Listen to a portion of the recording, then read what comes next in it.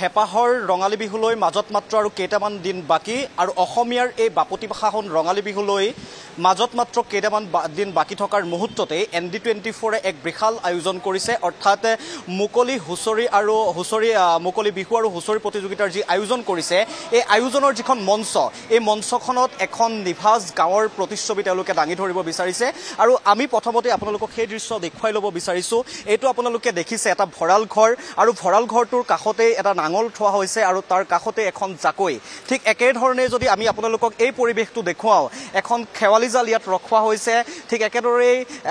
এই যি সুন্দৰ এটা গাঁৱৰ নিভাজ পৰিৱেশ এই গাঁৱৰ নিভাজ পৰিৱেশটো এনেদৰে প্ৰতিফলিত কৰিবলৈ চেষ্টা কৰা হৈছে আৰু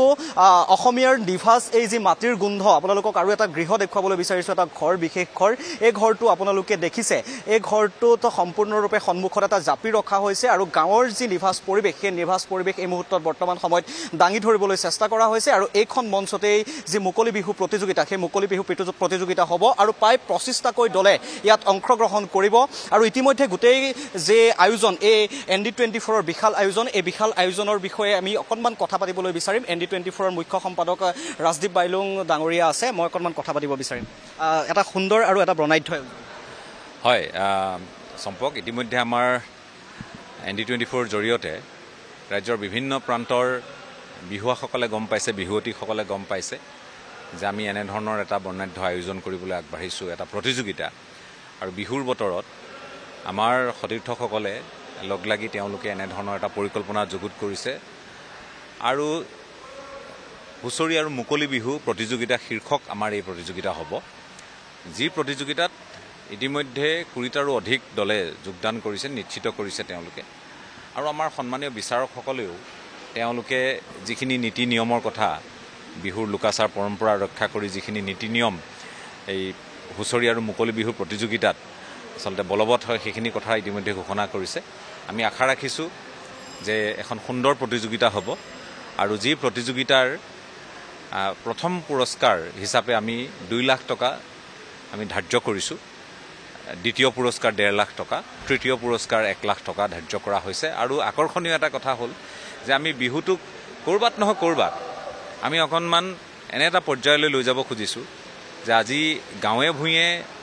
যাতে বিহুৰ আমি যিটো সৰুৰ পৰা দেখিছিলোঁ সেই পৰিৱেশটো যাতে আমি উভতাই পাওঁ তাৰো এটা আমাৰ চিন্তা কোনোবাখিনি মনত আছে কিন্তু এইবাৰ যিহেতু কথাখিনি গুৱাহাটীতে হৈছে কৃত্ৰিম এটা বাতাবৰণ প্ৰস্তুত কৰিবলগীয়া হৈছে আমি আশা ৰাখিছোঁ যে পৰৱৰ্তী সময়ত যাতে আমি তেনে পৰিৱেশটো কিছু সলনি কৰি সুন্দৰভাৱে আমি কৰিব পাৰোঁ ঘাই বিহুৱা আৰু ঘাই বিহুৱতী তেওঁলোকৰ বাবে ইতিমধ্যে এখন মটৰচাইকেল আৰু এখন স্কুটাৰ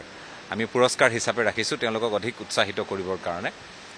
আমি আশা কৰোঁ যে লোকাচাৰ পৰম্পৰা এই গোটেইখিনি সাৰোগত কৰিয়েই আমাৰ সন্মানীয় বিচাৰকসকলে গোটেই প্ৰক্ৰিয়াটো পৰিচালনা কৰিব আৰু যিসমূহ দল আহিছে তেওঁলোকলৈ আমাৰ আন্তৰিক শুভেচ্ছা আছে তেওঁলোকে যাতে সুন্দৰ প্ৰদৰ্শন আগবঢ়ায় আৰু যি ধৰণে আমি সৰুৰ পৰা বিহু দেখি আছোঁ ইয়াত ব্যাকৰণ কি আছে বিশেষজ্ঞসকলে ক'ব কিন্তু এই বিহুৰ প্ৰকৃতাৰ্থত তেওঁলোকে সুন্দৰভাৱে যাতে পৰিৱেশন কৰে এইখিনি হৈছে মূল কথা ইতিমধ্যে ND24 মুখ্য সম্পাদক গৰাকীয়ে ইতিমধ্যে গোটেইখিনি কথা কৈছে আৰু এয়াই হৈছে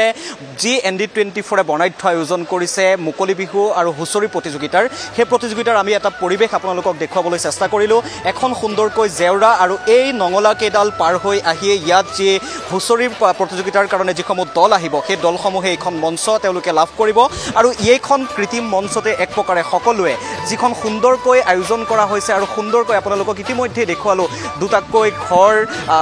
মাটিৰে লেপ দিয়া আছে এই যিসমূহ বেৰ খেৱালি জালৰ পৰা ধৰি পেলাই লাঙি জালৰ পৰা ধৰি পেলাই এইসমূহ জাল ৰখা হৈছে আৰু এনেদৰে জেওৰাৰ পৰা ধৰি বাঁহৰ মুহাৰ পৰা ধৰি এটা সুন্দৰ ব্যৱস্থাপনা কৰা হৈছে আৰু প্ৰায় 25টাকৈ দলে ইতিমধ্যে কৈছোঁ অংশগ্ৰহণ কৰাৰ বৰ্তমান সময়লৈকে প্ৰায় 25টাকৈ দলে যে অংশগ্ৰহণ কৰিব সেই কথাটো নিশ্চিত হৈছে আৰু ইয়াৰ পাছৰ পৰ্যায়তো হয়তো দলসমূহে যোগাযোগ কৰিব গতিকে সেইখিনি কথা পাতিম বৰ্তমান সময়ত আপোনালোক